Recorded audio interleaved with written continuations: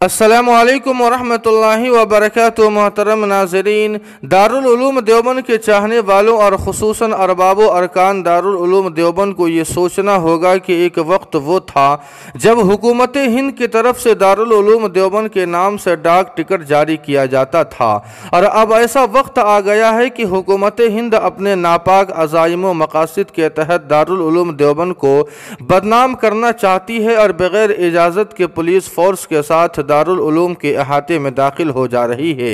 लेकिन ऐसा लगता है कि हुकूमत हिंद ये बात भूल गई है कि मुल्क की आज़ादी में दारुल उलूम देवबंद तहरीक रेशमी रुमाल और हिंदुस्तानी मुसलमानों का क्या किरदार रहा है। इसलिए याद दहानी के तौर पर हुकूमत हिंद से कहा जा रहा है कि रेशमी रुमाल तहरीक के बानी और दारुल उलूम देवबंद के पहले तालिब इल्म सदरुल मुदर्रिसीन और असीर माल्टा हज़रत मौलाना महमूदुल हसन साहब देवबंदी रहमतुल्लाहि अलैह ने मुल्क हिंदुस्तान की आज़ादी के लिए जो कुर्बानियाँ दी हैं और मसाइब व परेशानियों को बर्दाश्त किया है, उन्हें तारीख़ फरामोश नहीं कर सकती है। इसी मुल्क हिंदुस्तान की आज़ादी के खातिर हज़रत शेखुल हिंद को माल्टा की जेल में रहना पड़ा था। तहरीक आज़ादी का जिक्र हो और हज़रत शेखुल हिंद का नाम न लिया जाए तो तहरीक आज़ादी की किताब नामुकम्मल रह जाएगी। इसी तरह हज़रत शेखुल हिंद के साथ आपके शागिर्द रशीद कायद इनक़िलाब हज़रत मौलाना उबैदुल्लाह साहब सिंधी रहमतुल्लाहि अलैह और शेखुल इस्लाम